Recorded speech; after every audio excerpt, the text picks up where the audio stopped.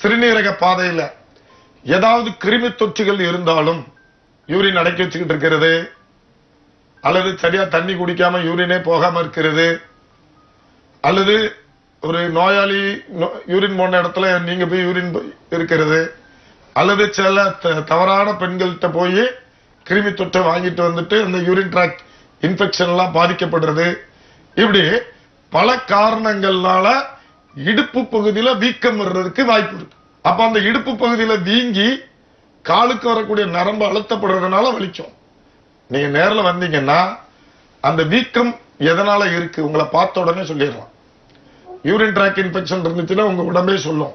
அதனால நேர்ல வந்து பாருங்க, அது எதனால அந்த ஜவ்வு வீங்கி இருக்கு, காலுக்கு வரக்கூடிய நரம்பு அழுத்துது அப்படிங்கறத கண்டுபிடிச்சு அதுக்கு சிகிச்சை அளிக்கும் போது அதை நிரந்தரமா குணப்படுத்திடலாம்.